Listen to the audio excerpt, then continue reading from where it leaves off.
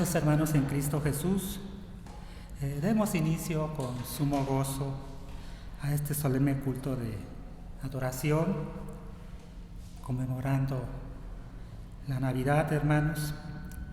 La palabra de Dios dice: y aquel Verbo fue hecho carne y habitó entre nosotros, y vimos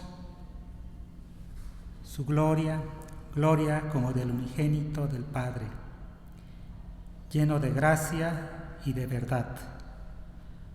San Juan 1-14. Vamos a tener un momento de reflexión con el preludio, hermanos, con el himno número 132, Niño Santo.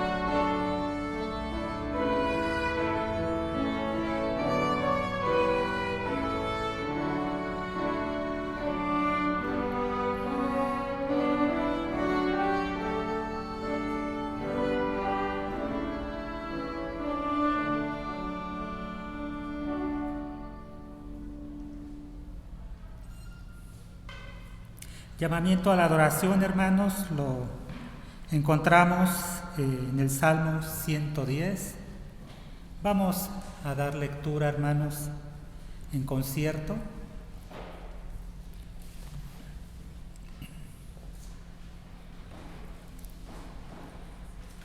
Salmo 110.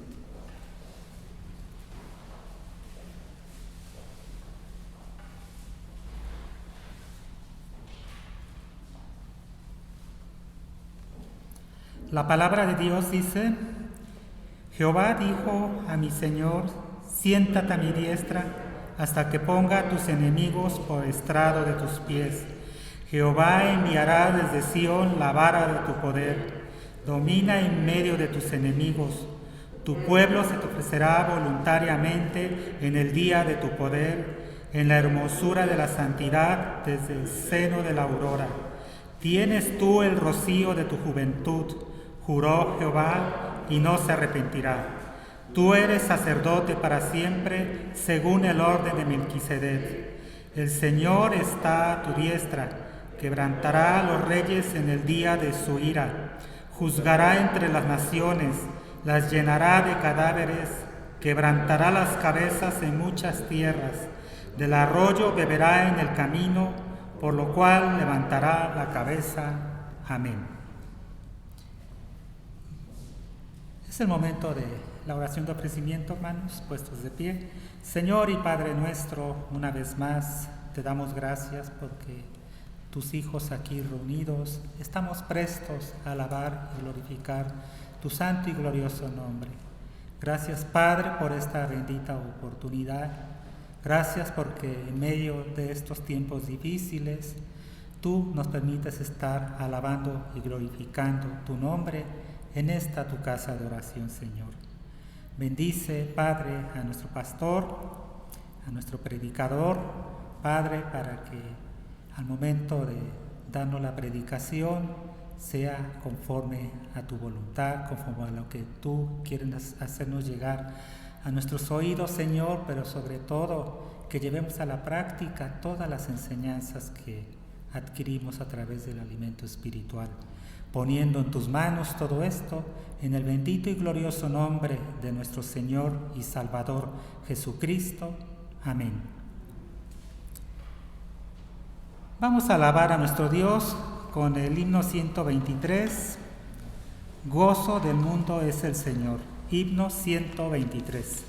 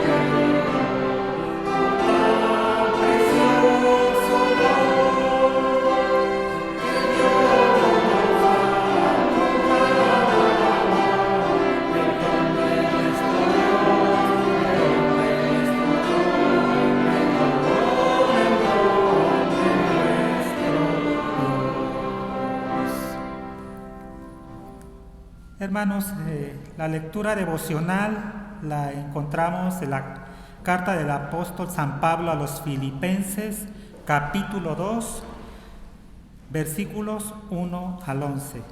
Vamos a hacer la lectura de manera alternada. Repito, primera carta del apóstol San Pablo a los Filipenses, capítulo 2, versículo 1 al 11. Vamos a hacerla de manera alternada. La palabra de Dios dice: por tanto, si hay alguna consolación en Cristo, si algún consuelo de amor, si alguna comunión del Espíritu, si algún afecto entrañable, si alguna misericordia,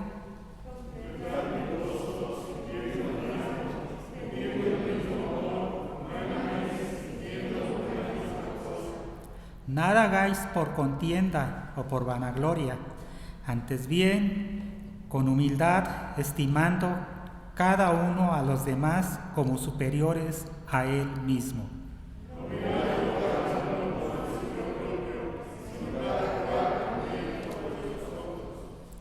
Haya, pues, en vosotros este sentir que hubo también en Cristo Jesús,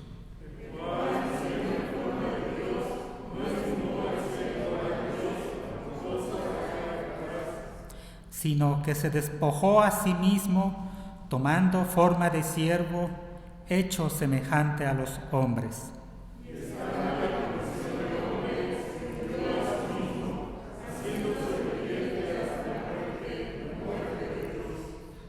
Por lo cual Dios también le exaltó hasta lo sumo, y le dio un nombre que es sobre todo nombre.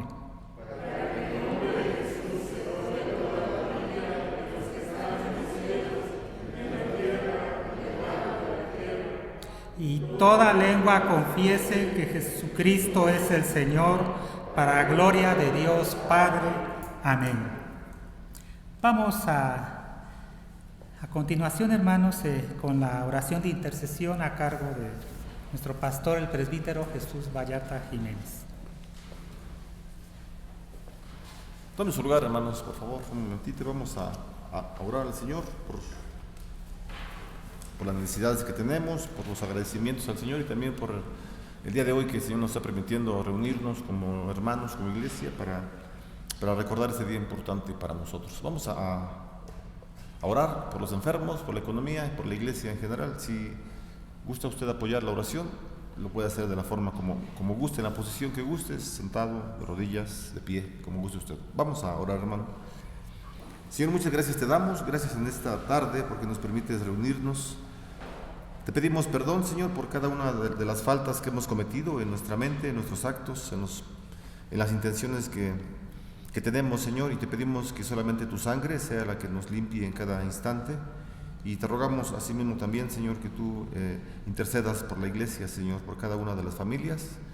Te pedimos, Señor, que tú estés tomando a cada uno de los hermanos que nos reunimos los días domingos, Señor, para bendecir tu palabra, Señor, a cada uno de los hermanos que también por alguna razón no pueden asistir al templo. Señor, te pedimos tu bendición, que tú bendigas la economía, que bendigas, Señor Dios, la salud en cada uno de nosotros, Señor, y cada una de las necesidades que tenemos, también que tú las cubras.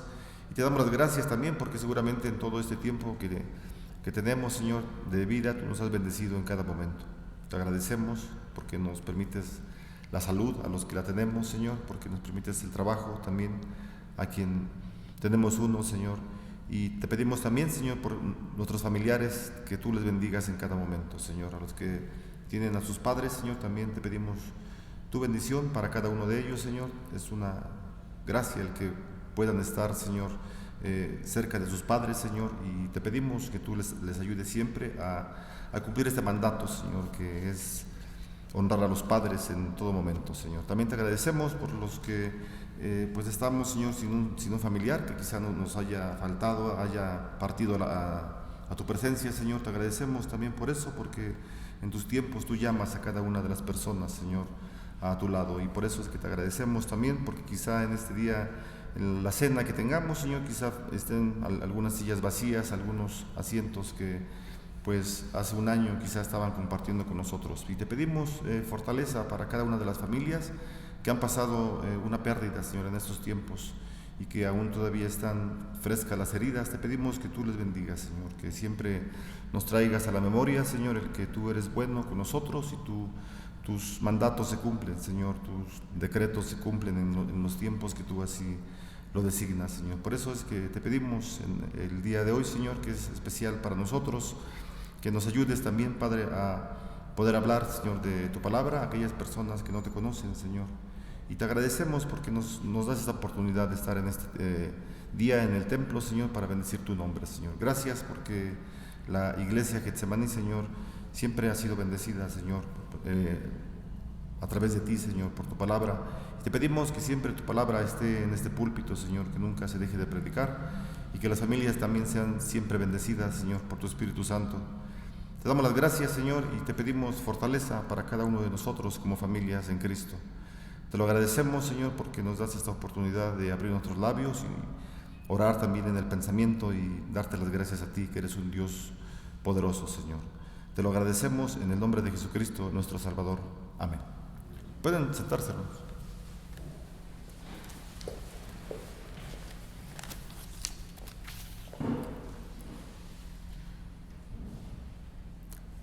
Vamos a alabar a nuestro Dios, hermanos, con el himno número 140, Venid fieles todos. Himno 140.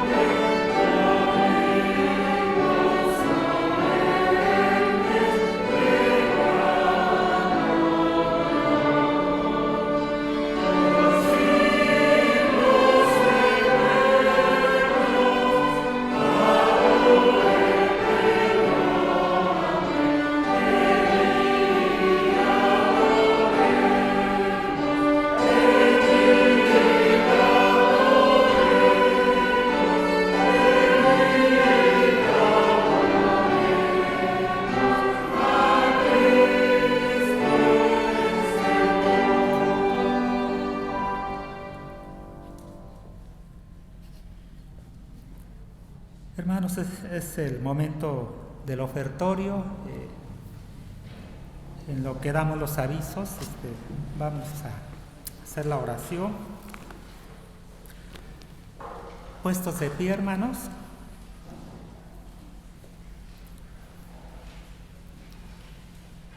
La palabra de Dios dice en Malaquías 3:10: traed todos los diezmos al alfolí, y haya alimento en mi casa, y probadme ahora en esto, dice Jehová de los ejércitos.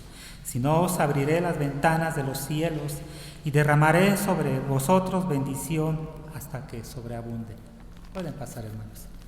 Se les recuerda, hermanos, que el próximo viernes a las 6 de la tarde se llevará a cabo el solemne culto de fin de año, para que podamos contar con su presencia, hermanos.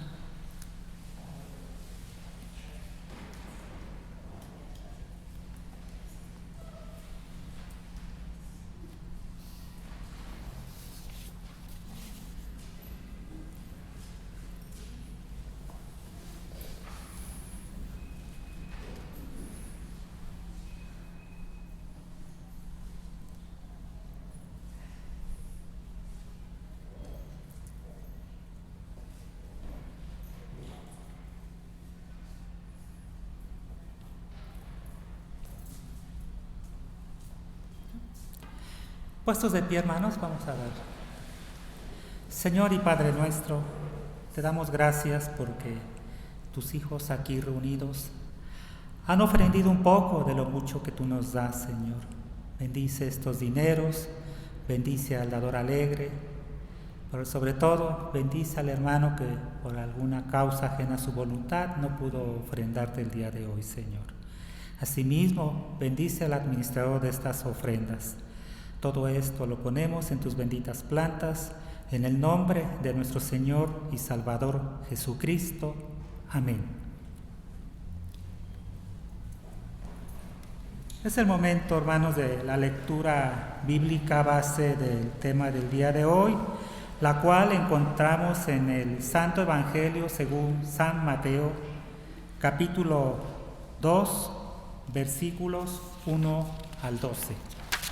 Vamos a dar lectura de manera alternada, hermanos, repitiendo el Santo Evangelio según San Mateo, capítulo 2, versículos 1 al 12. Puestos de pie.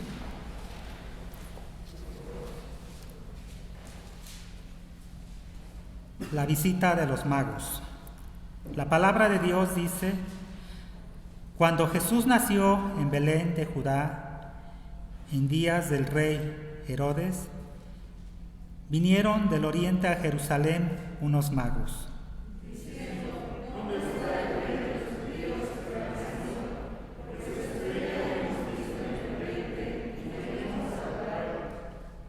Oyendo esto, el rey Herodes se turbó y toda Jerusalén con él.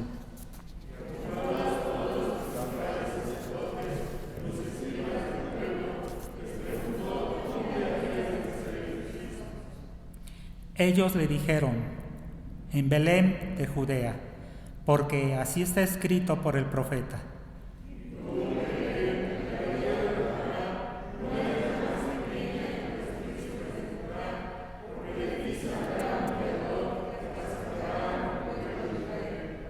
Entonces Herodes, llamando en secreto a los magos, indagó de ellos diligentemente el tiempo de la aparición de la estrella.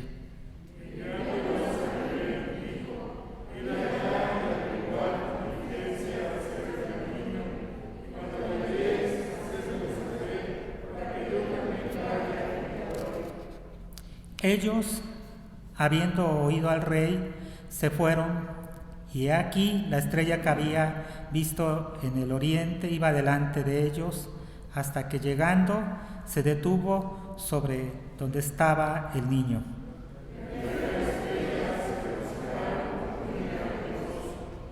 Y al entrar en la casa, vieron al niño con su madre María, y postrándose lo adoraron, y abrieron sus tesoros, le ofrecieron presentes, oro, incienso y mirra.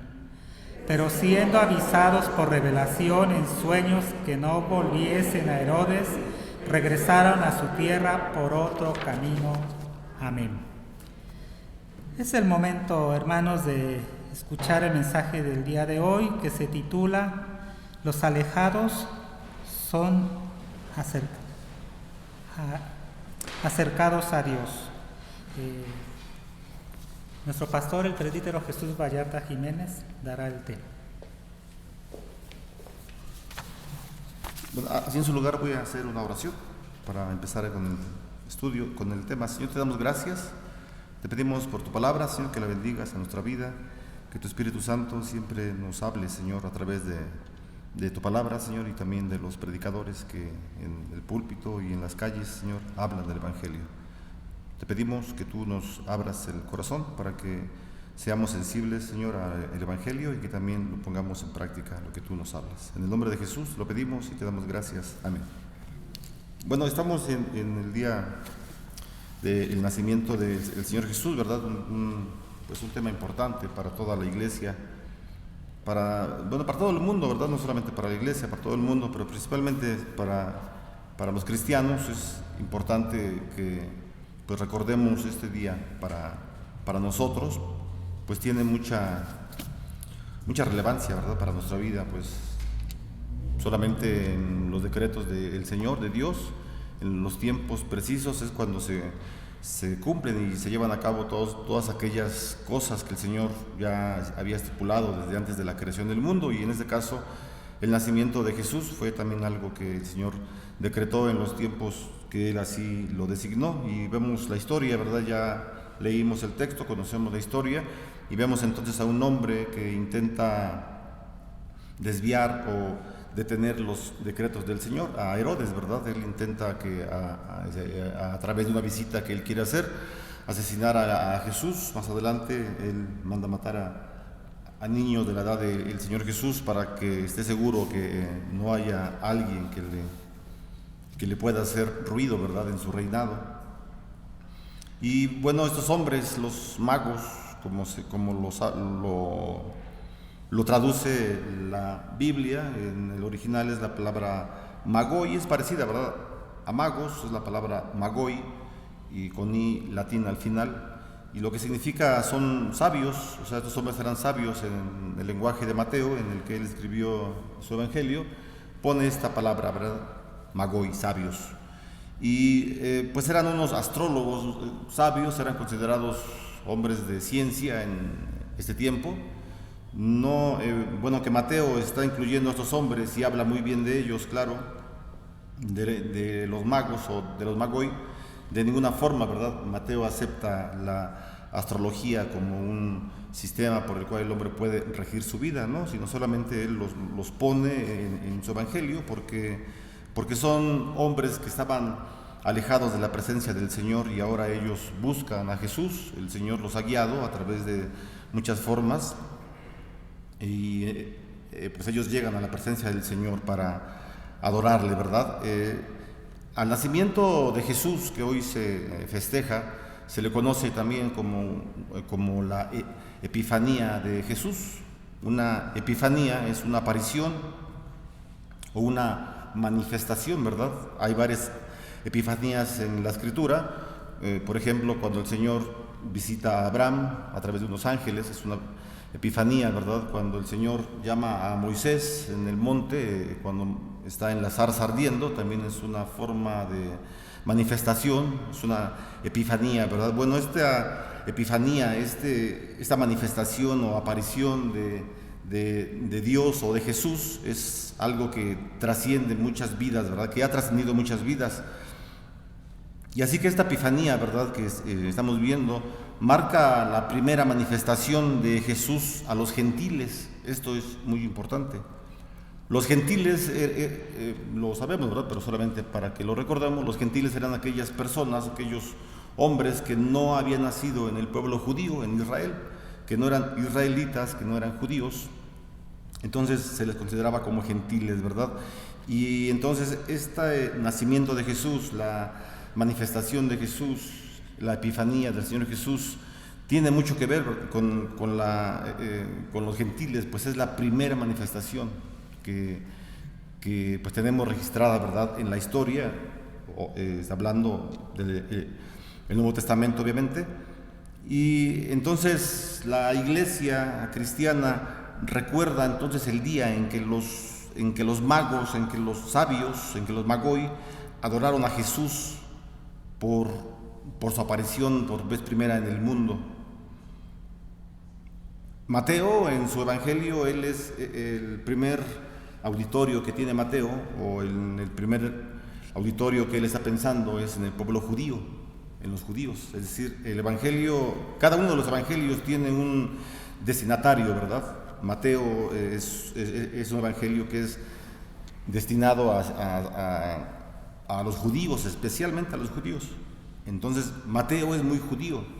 Y es muy interesante cómo es que un hombre como Mateo, que es muy judío, que le interesa que se cumpla la ley del Señor, él, siendo un judío de cepa judía y escribiendo a los judíos, él, en el inicio de su evangelio, él enlista, ¿verdad?, a personas que son gentiles. No solamente en el capítulo 2 que estamos viendo, sino si miramos el capítulo 1 de San Mateo, también encontramos, ¿verdad?, a algunos personajes como Rahab la ramera, que también está incluida dentro de la genealogía de Jesús. Así que es interesante notar esto, ¿verdad? Cómo es que Mateo, ya desde el igual de su evangelio, él se interesa no solamente en los que ya están en la iglesia, en el pueblo judío, sino también aquellos que no están en la iglesia. Y la intención entonces del evangelista Mateo es atraer a la gente a través de las palabras que él está escribiendo, y a través de todo el ministerio de este hombre junto con los 11 apóstoles restantes, es traer a la gente a la iglesia, ¿verdad? Entonces, esa historia, ¿verdad?, nos muestra de una forma muy cerca cómo es que Cristo enriquece a aquellos que le traen su corazón y son honestos, ¿verdad? Son sinceros. Esos hombres sabios fueron honestos, ellos iban con la mejor intención, a pesar de que ellos no tenían el conocimiento cristiano hasta este entonces. Toda su vida habían sido hombres que se habían dedicado al estudio de los astros. Bueno, el Señor permite, ¿verdad?, que aún estos estudios que tuvieron estos hombres al seguir una estrella los condujeron hasta el nacimiento de Jesús. Así que estos hombres, los magos, vienen con gozo en su corazón para ver al Cristo, ¿verdad?, que ahora es niño, aún es niño, pero va a crecer obviamente como un ser humano, pero ellos van con mucho gozo en el corazón al ver al Cristo niño, ¿verdad? Y Dios entonces les permitió ver cosas maravillosas. No solamente el Señor les permitió ver el pesebre, sino el Señor les permite ver otras cosas que enriquecen su vida y que sobre todo son atraídos a la presencia del Señor, ¿verdad? Ese nacimiento que ellos contemplan es la razón por la cual ellos se convierten posteriormente al cristianismo, ¿verdad? Entonces, bueno, veamos algunas diferencias que existen entre Mateo y Lucas, que son los dos evangelistas que únicamente registran el nacimiento de Jesús. Juan no lo registra, ni tampoco Marcos, ¿verdad? Los motivos de cada uno lo tiene, pero Mateo y Lucas son los que registran el nacimiento de Jesús. Y las diferencias son estas, ¿verdad? Lucas, por ejemplo, él habla de pastores, cuando Mateo habla de los magos de Oriente. Lucas menciona que el pesebre se encuentra en un establo, y Mateo no menciona el establo, sino que habla del palacio de Herodes. Lucas habla del pesebre y Mateo, bueno, ya lo dije, perdón, del palacio de Herodes. Lucas habla de los ángeles y Mateo habla de sueños. Así que, y bueno, también Mateo nos habla de los regalos, ¿verdad?, que le dan a Jesús. Así que ambos, tanto Lucas y Mateo, hablan y señalan a Jesús, al niño Jesús, como el rey de los judíos. Así que esta visita de los magos y de los pastores es distinta tanto en Lucas como en Mateo, pero bueno, ambos son importantes, ambos son ciertos, ¿verdad? Dice en el versículo 1 y 2 que estamos leyendo, del segundo capítulo de Mateo, dice: cuando Jesús nació en Belén de Judea en días del rey Herodes, vinieron del oriente, a Jerusalén unos magos diciendo: ¿dónde está el rey de los judíos que ha nacido? Porque su estrella hemos visto en el oriente y venimos para adorarle a Jesús. Así que dice Mateo, ¿verdad?, que en días del rey Herodes, aquí Herodes es un pues como apellido, ¿verdad?, para una familia. No era el nombre, eran muchos los Herodes. De quien habla aquí es de Herodes el Grande. Y este hombre pues era un buen gobernante, conservó la paz en Jerusalén, construyó el templo de Jerusalén, después del templo que construyó Salomón muchos años antes, fue destruido, etcétera, y este hombre entonces lo construye. Era un hombre que era muy generoso, al pueblo lo beneficiaba, hacía carreteras, hacía construcciones, pero era muy terrible. Era un hombre que deseaba manipular a las personas a través de las regalías que le hacía. Así que era una mezcla, ¿verdad? Porque también, aparte de hacer esto, este hombre era un asesino, era un buen gobernante, era bueno con las personas, traía paz al pueblo, pero fue un asesino. Él asesinó a su esposa, a sus hijos, y más adelante van a asesinar a todos los niños, ¿verdad?, a los inocentes. Y es irónico, ¿verdad?, que estos hombres, que los magos, pregunten al rey de los judíos, que es Herodes, por un bebé que ha nacido y que tiene el título de rey de los judíos. Es muy irónico, ¿verdad? Entonces, seguramente este hombre, Herodes, que era un hombre sumamente egocéntrico, se sintió turbado. Claro, nos dice la Escritura que Herodes se sintió con temor, con miedo, se turbó. Entonces, el título, ¿verdad?, de rey de los judíos, que se le está dando, ¿verdad?, desde el inicio del capítulo 2, los magos que son gentiles preguntan por el rey de los judíos, y el título rey de los judíos reaparecerá al final del evangelio, ¿verdad?, cuando Pilato le pregunte a Jesús: ¿eres tú el rey de los judíos? O también cuando los soldados, ¿verdad?, fuera del pretorio romano, lo llevan ya a la cruz y le van gritando a Jesús: salve, salve, rey de los judíos. Y también miramos el título de rey de los judíos también como un letrero en la cruz, ¿verdad?, cuando Jesús es crucificado, y dice en la cabecera de la cruz: este es Jesús, rey de los judíos. Entonces, el título de rey de los judíos que miramos desde el inicio de Mateo, lo vamos a ver en los evangelios, ¿verdad?, principalmente en el evangelio de Mateo. Y es interesante, vuelvo a repetir, cómo es que un hombre tan interesado en que se cumplan las profecías, hablo de Mateo, un hombre tan interesado en que el evangelio sea dirigido al pueblo judío, él intercala muchos términos y a personajes que son gentiles.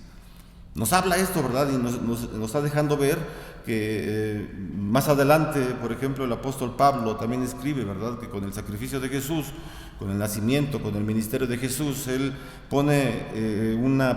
destruye la pared intermedia, ¿verdad?, que existía en el templo, una separación que había entre gentiles, que ellos adoraban en el templo, en el patio gentil, y entre los judíos que adoraban en el templo, ¿verdad?, en el templo principal. Bueno, con el ministerio de Jesús se derriba ese muro y ahora no hay griego ni gentil, dice el apóstol Pablo, no hay libre ni esclavo, no hay hombre ni mujer, todos somos uno en Cristo Jesús. Y esto lo hace, ¿verdad?, el ministerio del Señor Jesucristo. Así que estos magos vienen del oriente, ¿verdad? Ellos vinieron desde el oriente, y bueno, pensamos sobre ellos, ya lo comenté, como astrólogos, y la astrología era considerada una ocupación de gente culta, es decir, no es como el día de hoy, ¿verdad?, que mucho charlatán, etcétera, sino era considerada solamente para gente culta, para gente inteligente, para gente estudiosa. Y bueno, ya también lo comentamos, ¿verdad?, aunque Mateo trata a estos magoi amablemente, esto no significa que la astrología y los horóscopos sean legítimos, no. no lo son. Estos constituyen solamente un sistema religioso alternativo, incompatible con la fe cristiana. Eso es obvio y solamente como nota, ¿verdad? Porque son gentiles, claro que sí, pero su ocupación, la Biblia no la acepta, ¿verdad? A la ocupación. Lo que se acepta es a la persona, al personaje. Muchas personas han cambiado sus prácticas cuando conocen a Jesús. Estos hombres fueron unos de ellos, por eso es importante que los consideremos. Y bueno, también algo muy importante, ¿verdad?, que vemos en el Evangelio de Mateo, es que nos está preparando, como ya lo estaba yo comentando, nos va preparando, ¿verdad?, para las últimas palabras de Jesús a sus discípulos. Las últimas palabras que encontramos en Mateo capítulo 28, versículo 19, son: por tanto, id y haced discípulos de todas las naciones. Y está hablando obviamente que a los gentiles, ¿verdad? Entonces miramos a este hombre que nos habla de un interés muy profundo en los gentiles, no solamente en los que ya están dentro de la iglesia, no solamente a los judíos, sino también a los gentiles, Entonces, esto, hermanos, nos puede asombrar, ¿verdad?, el contraste entre estos magos gentiles que están siguiendo una estrella hasta llegar al Señor Jesús, y los principales sacerdotes y los escribas, quienes no conocían las Escrituras. Porque eso es lo que dice más adelante, ¿verdad? Dice el versículo 2, diciendo Herodes: ¿dónde está el rey de los judíos que ha nacido? Quien pregunta son los magos, ¿verdad? ¿Dónde está el rey de los judíos que ha nacido? Porque su estrella hemos visto en el oriente y venimos para adorarle. Entonces, Herodes le pregunta a los escribas, a los fariseos, que de acuerdo a las Escrituras, en dónde debería haber nacido el niño, ¿verdad? Y es irónico cómo es que la iglesia, que en el tiempo de Jesús no conoce las Escrituras, no conoce de Jesús, no conoce el nacimiento del rey, y otros hombres que no son la iglesia, que son gentiles, ellos se interesan y conocen cuál es el lugar en donde está Jesús. Eso es interesante, hermanos. El Señor permite que todos nosotros busquemos de Él. El Señor, como un amoroso cazador, está viendo, ¿verdad?, a cada uno de los pecadores que estamos en este mundo, y Él baja hasta esta tierra, bajó hasta la tierra hace muchos años para escoger a muchos de los que estábamos perdidos, de los que estábamos en el mundo, para que nos atrajera a la iglesia. Entonces, el contraste que existe es muy notorio, ¿verdad?, entre los magos, entre los hombres de conocimiento, y entre el Sanedrín, que ellos deberían de saber, porque ellos eran los estudiosos de la palabra. Así que muchas veces, hermano, no siempre, pero muchas veces el pueblo de Dios ignora al Mesías, mientras que los paganos ansiosamente lo buscan. Y esa es la verdad. Decía una persona que él encontró en su análisis que hacía de sí mismo, del por qué bebía tanto alcohol. Era un hombre que bebía tanto alcohol, que él llegó a la conclusión y pensaba que él bebía tanto alcohol porque tenía en su alma una sed insaciable de Dios. Él buscaba una forma loca para nosotros, ¿verdad?, indebida. Buscaba a Dios a través del alcohol. Se embrutecía tanto que él pensaba que hablaba con Dios y sentía que hablaba con Dios. Hasta que él tuvo un encuentro con el Señor Jesús, lo restauró completamente. Y realmente eso es lo que él buscaba. Y muchos gentiles, el mundo busca a Dios. De muchas formas el mundo quiere encontrar al Señor. Ve a alguien que le toca la puerta y que le habla de la Biblia, y él está interesado o ella está interesada. Hay personas en el mundo que están sedientas por el Señor, y ellos, de una forma quizá incorrecta, como estamos viéndolo, están buscando a Dios. Estos hombres, estos magos, estaban buscando, ¿verdad?, a un rey a través de la astrología, de una manera incorrecta, pero Dios los guió de la forma más correcta para que ellos tuvieran esta relación con el Señor.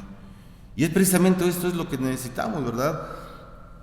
A veces en las iglesias nos evangelizamos unos a otros, o hacemos reuniones donde está puro cristiano, está bien, pero los gentiles, es importante abrir células en nuestra casa, centros de estudio para que la gente, los gentiles, se acerquen hacia nosotros y les hablemos de la palabra.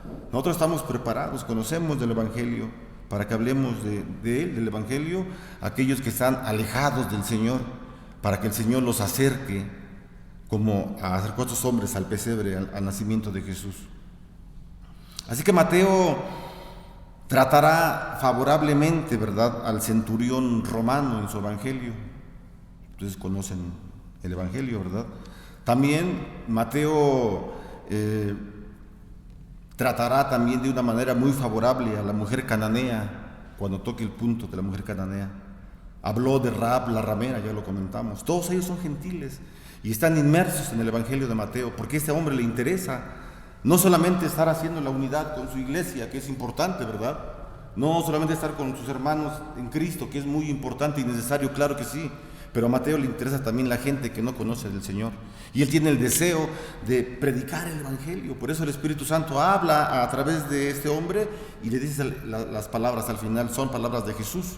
Y Mateo las registra. Vayan a todas partes y hagan discípulos. Traigan gentiles a la iglesia para que ellos conozcan el nacimiento de Jesús y sepan que un rey ha nacido hace mucho tiempo y que Él es el que transforma las vidas.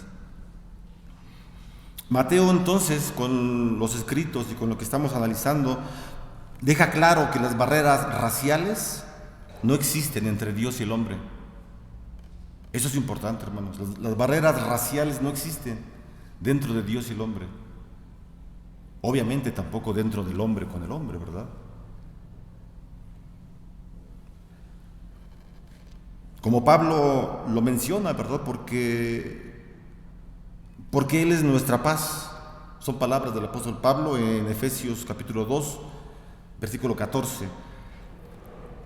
Porque Él es nuestra paz, que de ambos pueblos, de gentiles y judíos, hizo uno, derribando la pared intermedia de separación. Esta obra, este derrumbamiento de la pared intermedia, comenzó en la Navidad. Ahí comenzó. Con el nacimiento de Jesús, la iglesia sabe que no debe existir ninguna separación entre la iglesia, no debe existir racismo dentro de la iglesia, no debe existir clasismo en la iglesia, eso no debe ser. Si existe, no es la iglesia, es otra cosa, no es la iglesia, de acuerdo a la Escritura.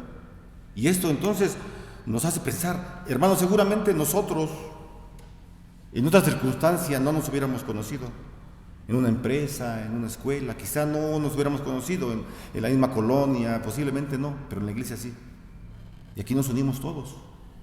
Y aquí no importa el color de la piel, no importa el dinero, no importa la posición económica, social, no importa eso, porque la palabra nos lo está dejando ver muy claramente, ¿verdad? Y eso es muy interesante que como iglesia nosotros tratemos de siempre recordarlo y llevarlo a cabo, ¿verdad? Que esta separación intermedia fue derribada con el nacimiento de Jesús, o comenzó en la Navidad y se concluyó obviamente con el ministerio y con la muerte y con la resurrección de Jesucristo, y culminará definitivamente con la segunda venida de Jesús.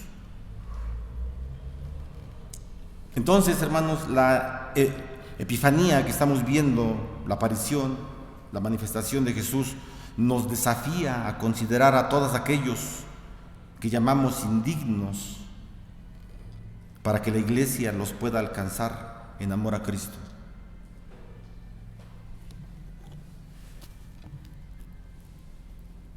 Lamentablemente hay iglesias que no pueden aceptar a otro tipo de personas en sus bancas, en sus sillas, porque los ven de una clase diferente, y eso no es bíblico, pero existe, lamentablemente. Existe dentro de las iglesias, existe ese tipo de separación de unos con otros. Y de acuerdo a la Biblia, de acuerdo a lo que estamos viendo, estas manifestaciones de Jesús rompieron todos estos conceptos que tenían al menos algunos de los discípulos. Porque recordemos, ¿verdad? Estamos hablando apenas del nacimiento de Jesús, Los apóstoles cometieron pecados, sí. Todos traicionaron a Jesús, no solamente Judas. Pedro lo traicionó, Mateo mismo lo traicionó, Marcos lo traicionó. ¿Dónde estaban en la cruz? No estaba ninguno de ellos más que Juan. Eso es traición. Y el Señor entonces los restituye, ¿verdad? Él muere en la cruz y a los 3 días resucita y está 40 días con ellos para restituirlos. El Señor no los podía dejar así. Tenía que venir Jesús para cumplir las Escrituras, claro, pero también dentro de sus planes era la restitución de sus apóstoles y lo hizo. Y ellos entonces tienen una conversión completamente. Así que la vida cristiana es así. Esa es la conversión. Muchos vamos lentos, otros vamos rápido, etcétera. Pero la conversión nos debe llevar siempre a contemplar esta epifanía que tenemos de Jesús y considerarla que Él es el Señor de nuestra vida y nuestra familia hoy es la iglesia. Y tenemos que verla como tal, como una familia. Porque eso es lo que nos indica, ¿verdad?, la palabra del Señor. Versículo 3 y 6 dice: oyendo esto, el rey Herodes se turbó y toda Jerusalén con él. Y convocados todos los principales sacerdotes y los escribas del pueblo, le preguntó dónde había de nacer el Cristo. Ellos le dijeron: en Belén de Judea, porque así está escrito por el profeta. Y tú, Belén, de la tierra de Judá, no eres la más pequeña entre los príncipes de Judá, porque de ti saldrá un guiador que apacentará a mi pueblo Israel. Dice Mateo que en Belén de Judea, ahí tenía que nacer, ¿verdad?, el Señor. Y bueno, ya vimos unas diferencias, ¿verdad?, entre Jesús y Herodes. Quiero mencionar otras diferencias entre Jesús y Herodes. Jesús nació en un establo, Herodes nació en un palacio poderoso. Jesús es un bebé indefenso y Herodes posee gran poder. Jesús probará que es un hombre de gran compasión. Herodes es cruel y violento. Dice Mateo que Herodes está asustado. Fíjense, con todo esto, Jesús es un niño y Herodes ya es una persona adulta. Y dice el versículo 3: oyendo esto, el rey Herodes se turbó, se espantó, y toda Jerusalén con él. Obviamente, ¿verdad?, si era un terrible este hombre, si era un ogro, si era un hombre despiadado, y el pueblo conocía que su rey enojado, pues era terrible. Obviamente que todo el pueblo se turbó junto con él, junto con ellos también todo el Sanedrín. Así que todo Jerusalén se turba, ¿verdad? Ve la presencia del Señor y se turba todos los hombres que están en contra del Señor. ¿Por qué un gran rey con gran poder temería a un bebé, a un niño? Tal vez sea paranoia de este hombre, ¿verdad? Es un hombre que está paranoico y siente que todo el mundo le persigue. Y esta paranoia que él puede tener está alimentada por sentimientos de ilegitimidad. Sabe Herodes que es un rey ilegítimo, él lo sabe perfectamente bien. Él sabe que no es un rey legítimo. Y mucha gente, hermanos, en posiciones altas se sienten como impostores, preguntándose cuándo su legitimidad será cuestionada y se les quitará el poder. Herodes era así. Él sabía que no era un rey legítimo y él tenía muchos motivos para sentirse un rey ilegítimo, un impostor. Era descendiente de un árabe, o sea, él no era judío, de cepa judía, su descendencia era árabe. Roma lo apoyaba y la familia que él tenía había gobernado por más de 1 siglo y medio. Imagínense ustedes. Entonces, por esos motivos él sentía que no era él el rey legítimo de Jerusalén y él temió cuando escuchó que el verdadero rey había nacido. Aunque Herodes es un hombre religioso, porque es religioso, es un hombre religioso, a él le encantaba escuchar el Evangelio, le gustaba oír el Evangelio. Más adelante vamos a ver cómo a él le gusta, a su familia le gustaba escuchar a Juan el Bautista predicar. Y entonces cuando dice que Jesús va a ser llevado a los tribunales y va a pasar por su palacio, él se siente emocionado porque va a escuchar a Jesús predicar según él. Bueno, estoy hablando más adelante, ¿verdad?, cuando ya Jesús crece. Así que este hombre es un hombre religioso, y a él le preocupa entonces un rey ordenado por Dios.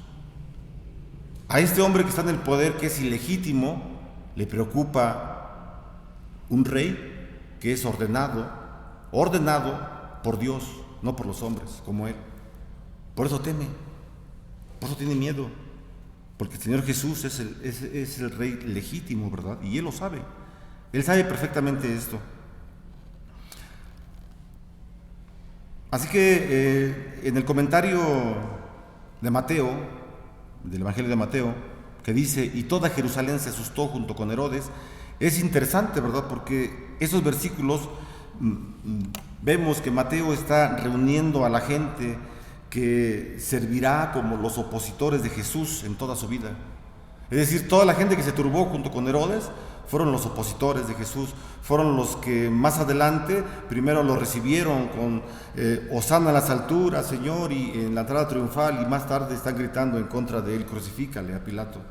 Toda esa gente entonces que está atacando a Jesús desde su nacimiento, todo el ministerio de Jesús lo van a seguir atacando. Toda Jerusalén es el pueblo, ¿verdad? Ya lo dijimos, también los principales sacerdotes, Sanedrín, escribas, Caifás, que era el encargado del templo, Herodes.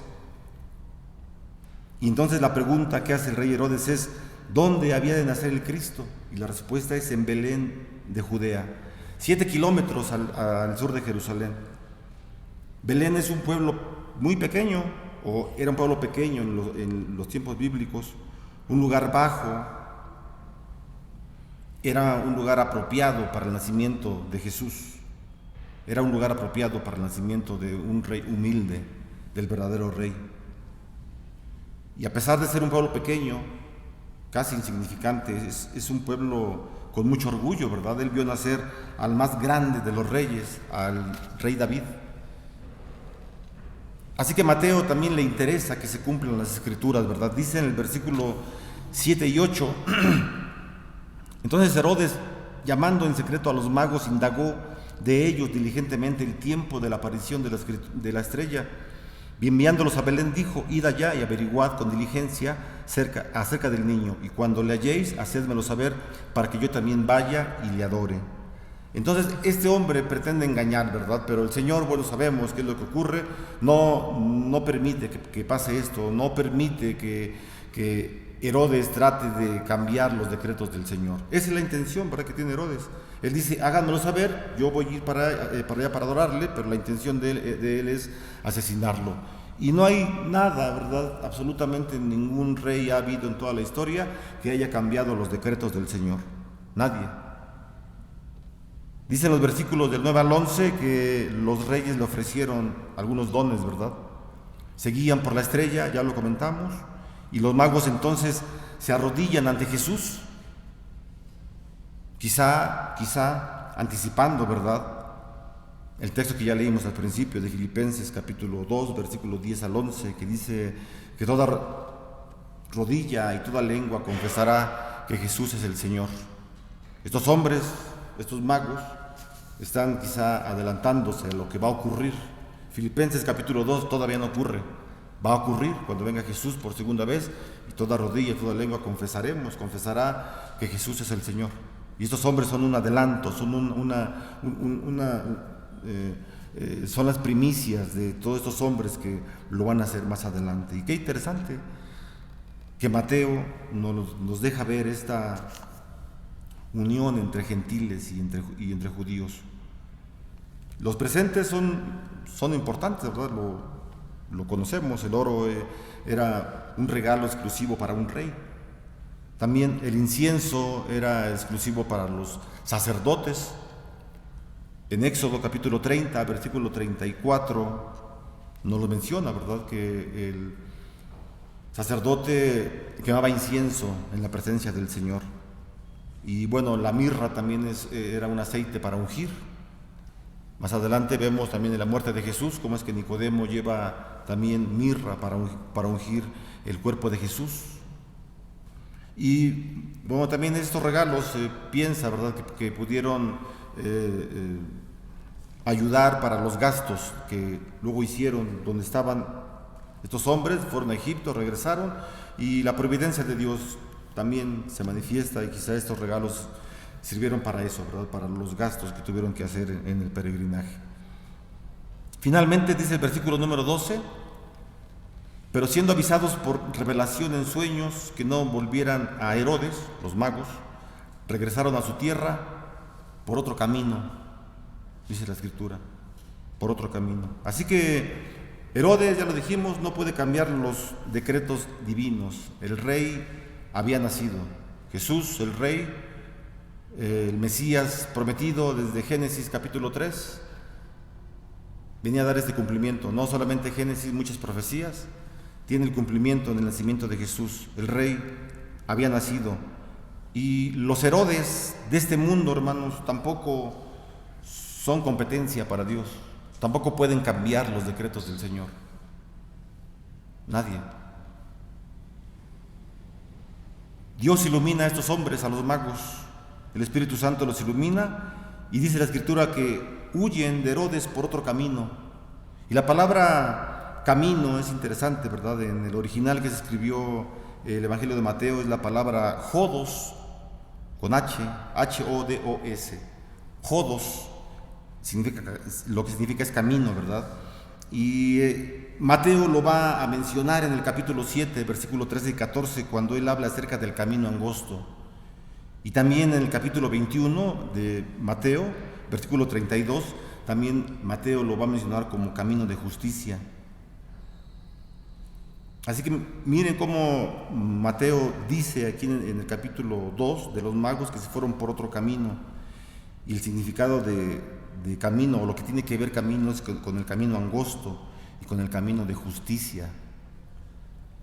Así que el encuentro con Jesús, hermanos, es vivir una relación moral, espiritual, personal y social. El encuentro con Jesús, hermanos, es o significa ir por otro camino. Eso es lo que para los cristianos significa, entre muchas cosas, ¿verdad? El nacimiento de Jesús. Ir por otro camino. Tener un encuentro con Jesús, como estos hombres lo tuvieron, y se fueron por otro camino. De hecho, a la iglesia, en los primeros tiempos se les conocía así, como los del camino.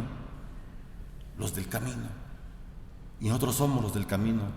Nosotros somos los que caminamos de una forma distinta, o los que intentamos caminar con la ayuda del Espíritu Santo y del Señor, caminar de una forma distinta, por una senda diferente, para poder alcanzar a aquellos que no conocen de Dios, acercarlos al Señor, y así los alejados de Dios son acercados a Él a través del Evangelio. Hablemos de la palabra, hermanos, hablemos del Evangelio, que esta noche, como todas las noches, podamos hablar con alguien que no conoce de Jesús y pedirle al Señor, al Espíritu Santo, que ilumine su vida para que Él también tome un camino distinto, como el de usted, que ha decidido caminar por una senda diferente.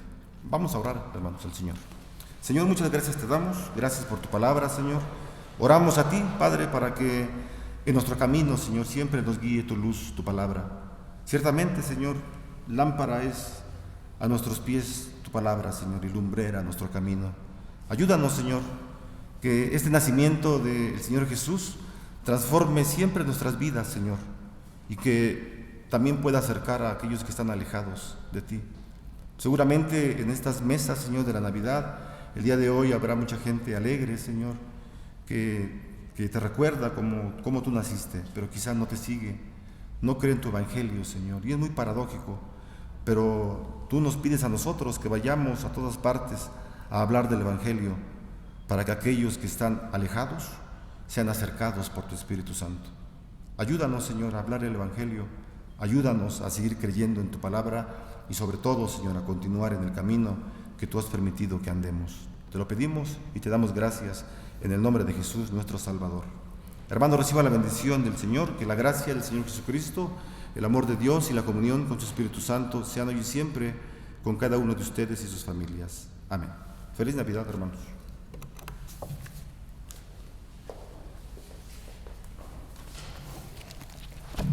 Vamos a despedirnos de esta casa de oración, hermanos, con la doxología 133, Noche de Paz.